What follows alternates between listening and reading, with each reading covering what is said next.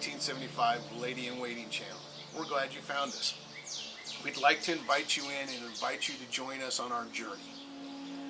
They say that every story has a beginning. Well, ours has a beginning as well. And we're going to start with this first episode to try to show you a little bit of our beginning. I'm going to show you a few clips of when we started. Keep in mind, I apologize up front, the quality is not that great. These were shot in January of 2016.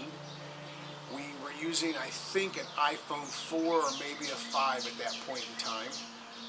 I have upgraded phones a couple of times since then, as well as a couple of laptops even. So there's one little caveat that goes with this, is that we've lost some of our videos that we had at that very beginning. The very first little clip is a clip that I sent my son. I'm sitting in my truck, just sending him a video message. He is living in Spain at that point in time, and we were just trying to keep him up to date on what his parents were planning on doing. So that's the first little clip. It is the clip that I had literally just got off the phone with the pastor of the church who owned the house at that time. They had inherited it. We'll cover more of that story as we go, but at that point in time, they owned it and they had just called me. But that's, these clips are all really small, so it's about maybe 45, 50 seconds long, something along those lines. Then the next three little clips that are all just kind of sliced together are the actual first videos that we shot when we came in and walked through the door the first time. They are our initial reactions. Take them for what they were. Part of that is, like I said, we lost some of that.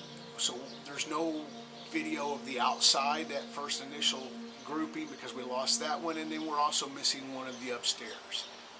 But that's the way we started. We'll watch those and then we'll go into a little more detail. But welcome again, and let's start. Pastor or preacher, whatever it is, from United Methodist Church called me back today. Talked to his trustee. They've given the first group of people, apparently they're not coming quite to the agreement he thought they were. So the first group of people have to tomorrow to make a decision. If they don't make a decision and they don't get it done, then they are going to talk to the other people, at which point in time they're going to give them a little bit of time to make a decision one way or the other. But then they are going to, basically, depending on what happens, he's going to give me a call back and let me know how that's going to go. Since I haven't got to talk to your mom yet, they've also asked us if we would like to come and walk through the house. And he said just to give him a call and we'd get something set up. And so we will do that here shortly. So, anyhow, that's what I know for today. See ya. All right, my peanut, here we go. We're inside this house here. Fireplace looks fake because there's nothing in the back there that looks like you can work out of it. Kind of some cool stuff here. As you look through the house here, see, kind of from the front door going back. Obviously, it's a double. It's rough, but it's not gross rough yet. Nope.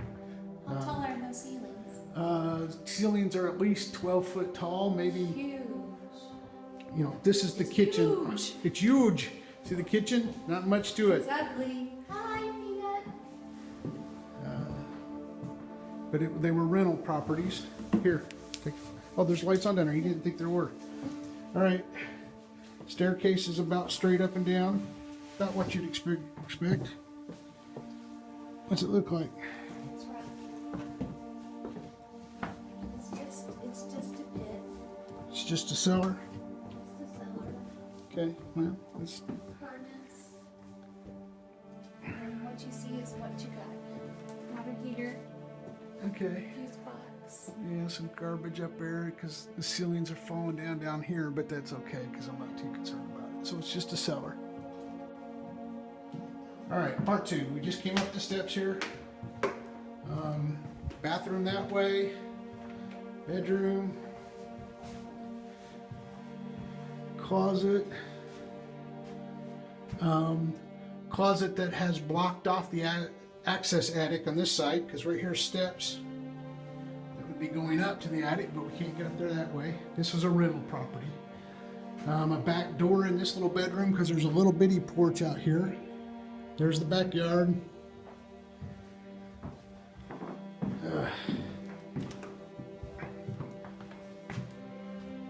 Clawfoot tub, little bitty bathroom.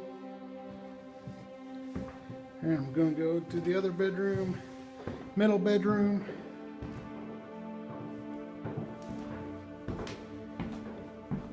Some build-ins. And front bedroom.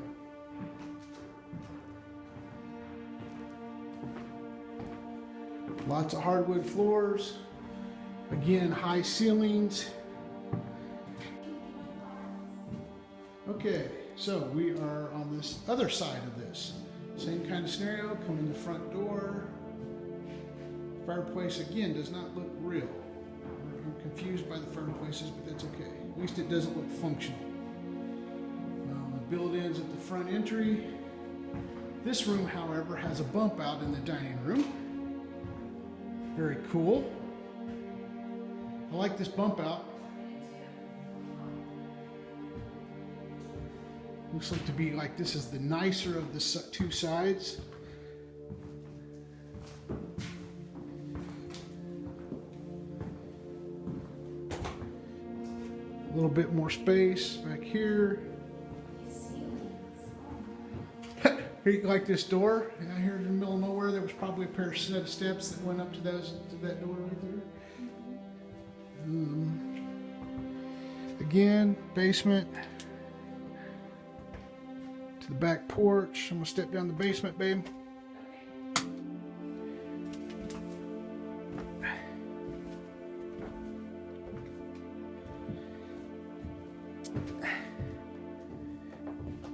Basement, not a whole lot different, still basically just a cellar, but a little bigger. Oh man, this thing needs everything.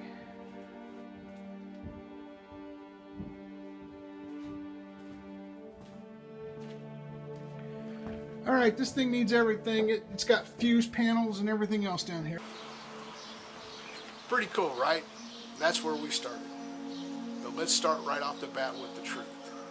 If you're looking for a channel that has all the really cool historic stuff, that's going to be a really cool restoration, that all the wood's there, the plaster's there, the build-ins are there, the light fixtures, everything's there, and it's just under an old carpet or decades of old paint. We are not that channel, and this is not that house. I'm sorry, I wish it were different, but it's not. All of those really cool things and all those things that most people find when they start in an old house, those have been long gone out of this house decades before we got involved with them.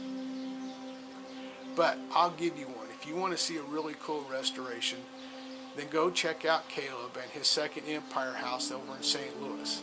The name of his channel, The Second Empire Strikes Back. Best channel name I've found on YouTube yet. But I will tell you this, I wish I had 1/10 of all the cool stuff that his house has. I'd be amazed, and I would do as much salvaging and restoration as I could on that house as he's doing. But this one isn't it. I'm sorry, but those are the facts. So a little other things. Our 1875 house here, we named her Gloria. Don't know why. I think we do know why. We just keep thinking that there's glory and it's going to be glorious when she's done underneath it. So we just called her Gloria. I've said a couple of times now, but she is an Italianate in design. She doesn't appear as such right now. Most of all the really cool things have been eliminated from her. And she was originally a single family home. When exactly she became a duplex, we don't know. We've heard different theories. We know that it's been this way for quite a long time.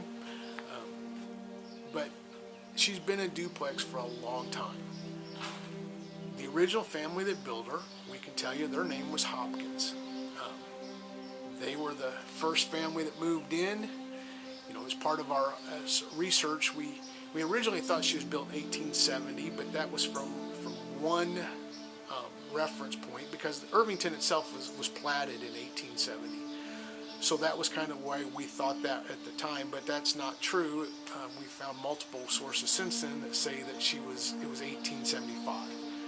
Well, at least we know that nobody lived in her until 1875, so that's why we're assuming that that's why that was the date. He was the husband of the Hopkins, John. He was a professor at a local university that was in the area here. And we'll get more into their story, because their story is very tragic. And I really believe that their tragedy is what led the house as a whole down the path that she took. But went back to when it became a duplex, we don't know. We know that it's that way in the 1950s, because there was a newspaper article we found that she pretty much looks exactly in the 1950s like she looks today from the newspaper picture. The house had gotten sold again at that point in time, and it looked exactly the same as it does right now. I mean, almost as bad even in the 1950s as it does today, which is really, really, you're like, good Lord, that's surprising. But that was my first reaction. But we know it was a double then. We knew it was a duplex then. Why we can't pinpoint when it happened, well, that goes back to Indianapolis's fault. We know that sometime in the early first quarter or so of the 1900s, Indianapolis, in one of their many tax update rolls, all that kind of cool stuff, any house that was built prior to 1900 was just given the build date of 1901, whether that was true or not, which in a lot of cases that wasn't true. It wasn't even close to being true. Indiana itself was not one of the original 13 colonies, but it did become a state 1816. Ohio, Kentucky, Indiana, the three of those became states not long after the original 13 colonies became the United States.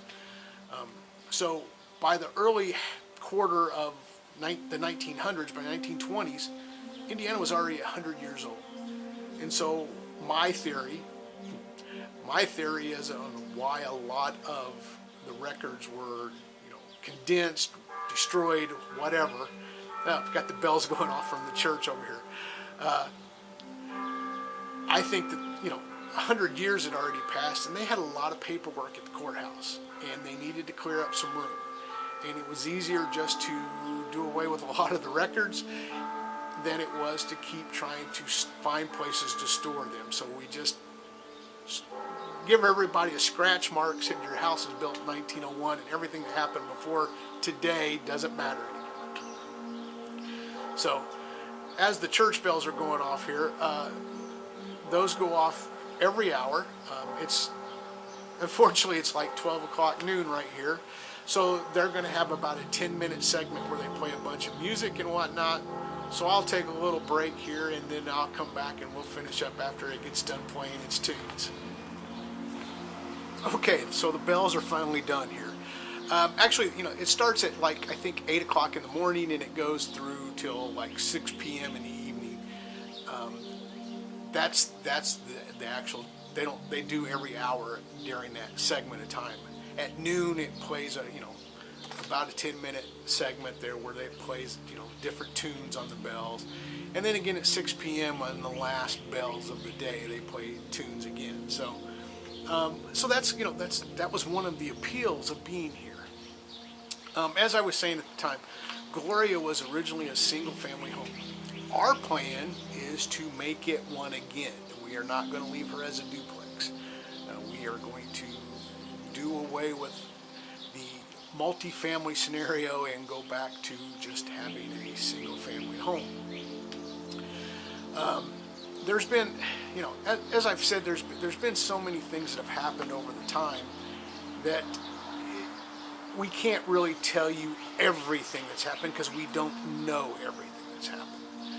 all we can do is tell you, here's where we are today, and here's what we're going to do to try to fix it and go forward. You see, she's been neglected. Neglected. I mean, severely. Let me just give you one example.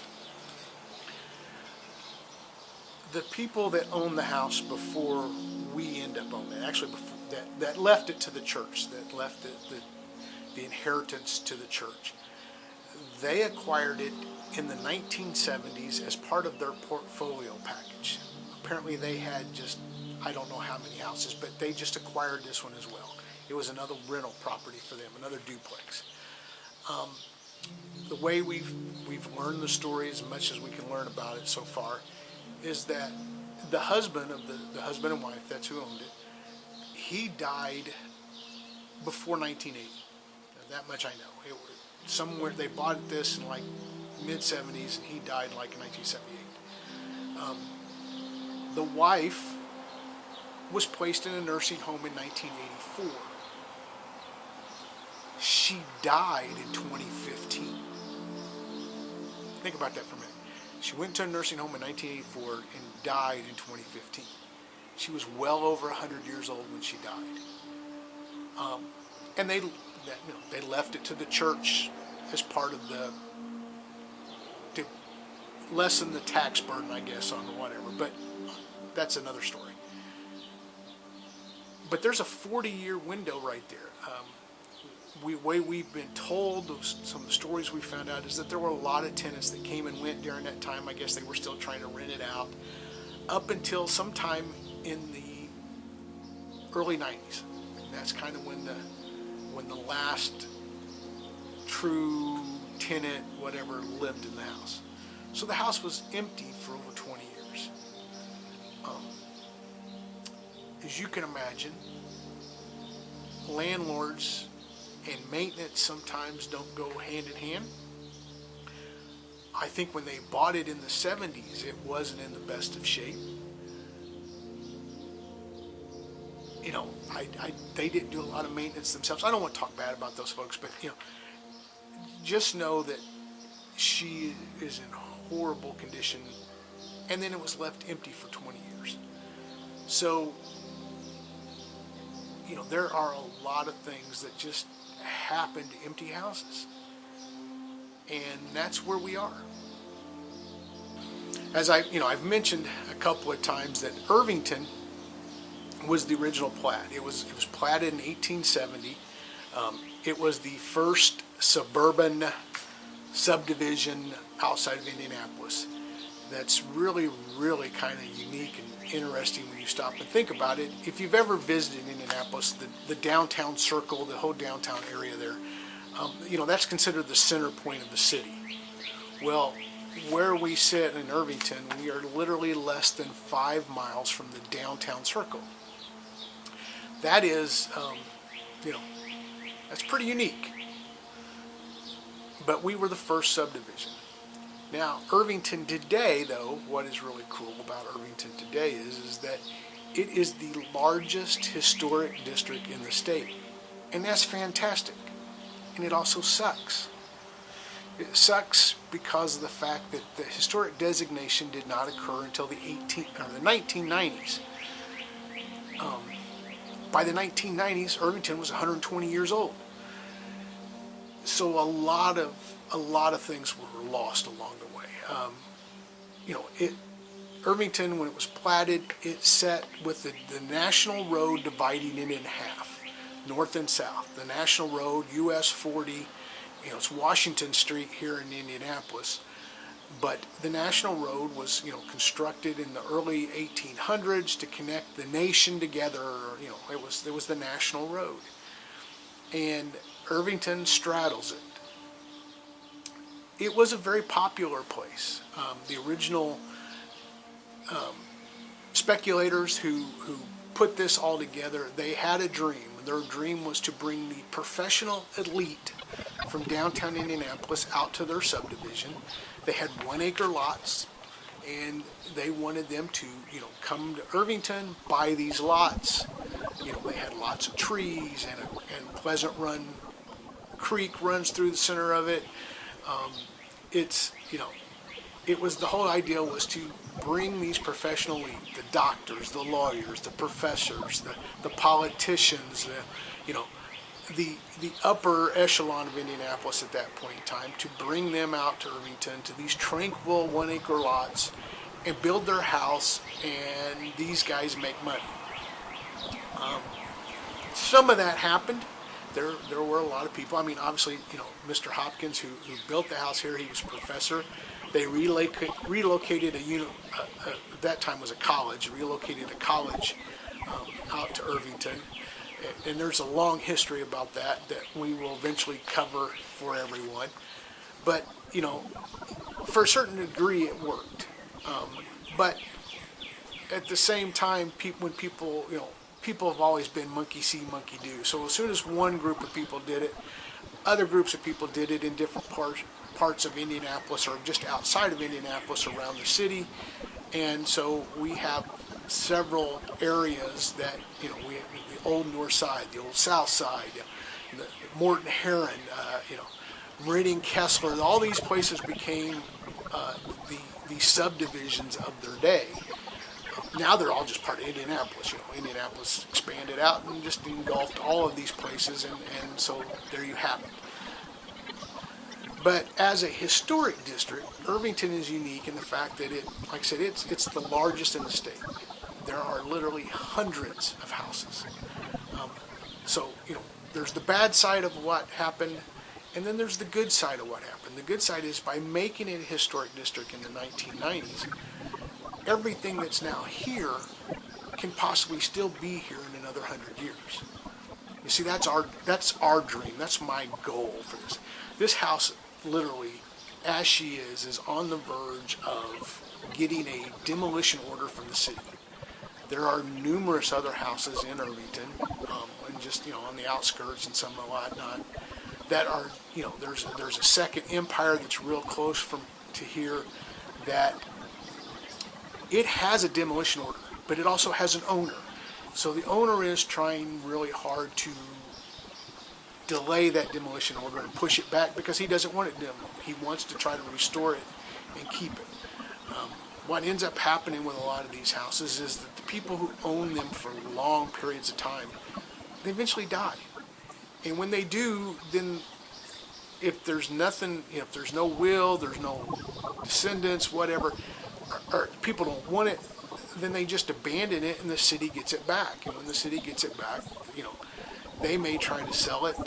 Most of the time they don't. They keep it on the tax records for 2 or 3 years until it builds up a certain level of what is owed to the city. The city realizes that these people are deceased and gone, and they issue demo orders, and they come in and they tear them down. Now, that even happens in historic areas, and it will happen in this historic area, even though there's usually, what we've come to find out is that when it happens here in Irvington, there's usually somebody that will step up and say, I'll buy the property, I'll pay the taxes, whatever has to be done, and let's go forward and see if we can't salvage that. That's our dream. I'm trying desperately to keep her from getting put on a demolition order because she looks really bad.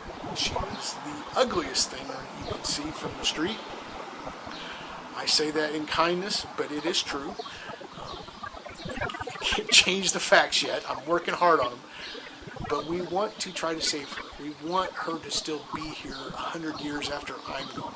I think Mr. and Mrs. Hopkins deserve that. I think that this house deserves to be part of Irvington going forward. She was one of the very first houses built out here. I mean, anything that was built in the first 10 years out here is truly amazing. There's several that still exist. There's a lot that don't.